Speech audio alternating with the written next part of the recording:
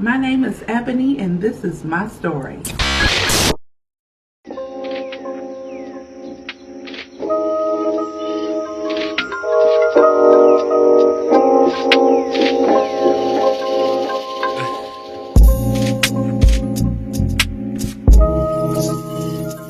I was born in Detroit, Michigan in 1976. When I first came to Baltimore, it wasn't a real big welcoming party. My mother was a single parent with me at the time, so I was a fatherless child.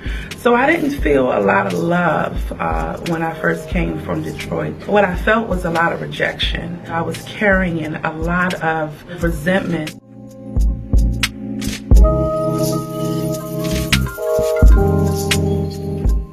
At the age of 5, I began to be sexually abused by a family member. My mom's ex-husband would take my face when I would wet the bed, and he would put my face in my urine and sit on my back like I was a dog and beat me. You know, it took some time to kind of rationalize my mind around all of that because I didn't understand.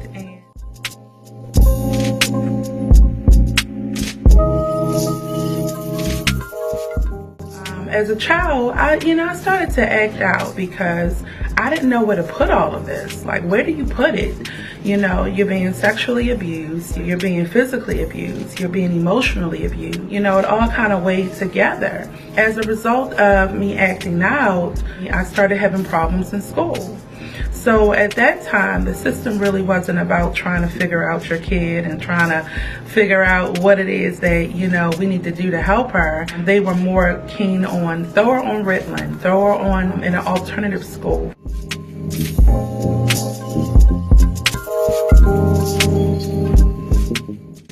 I remember feeling just really, really thrown away. I didn't start feeling beautiful, until I was probably about 16 years old. I didn't know how to express myself, and not having anyone to focus on my real issues that were causing me to act out.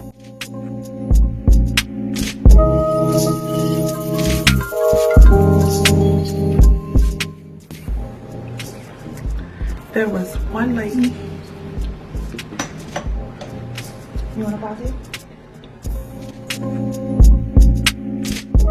I had a counselor who always built me up and called me big, beautiful.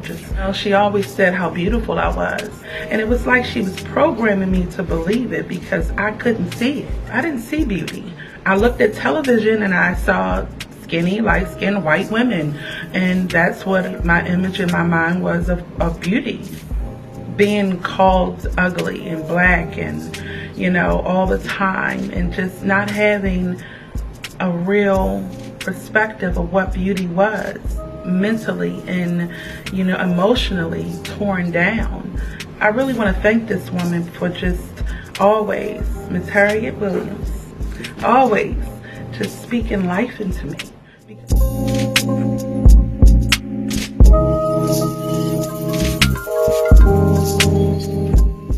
At the age of 17, I got pregnant, okay? Still looking for love in all the wrong places, but I really regret, things that happened as a result of me raising my daughter. Me not being able to protect her as much as I really could have. The layers of dysfunction that had attached themselves to me from my childhood. I wasn't the best mom in raising my daughter.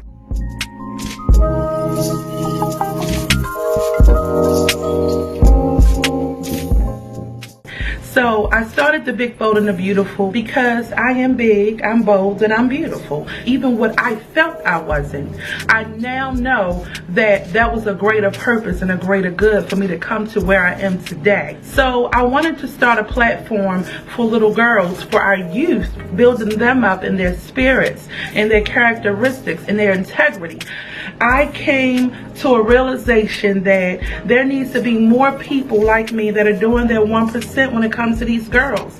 I'm going to be a voice for young girls that have gone through, have felt thrown away, who felt like they didn't know what moves to make, or just didn't see an outcome from their life.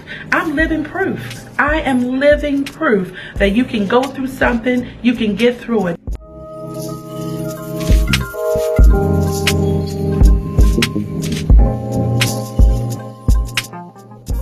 Meeting an amazing man that I was not looking for, who found me. I fell in love with my husband at the age of 35 years old. For the first time in my life, I fell in love with someone who really loved me and seen me and loved me close to the way that God does. And I have never experienced that ever before in life.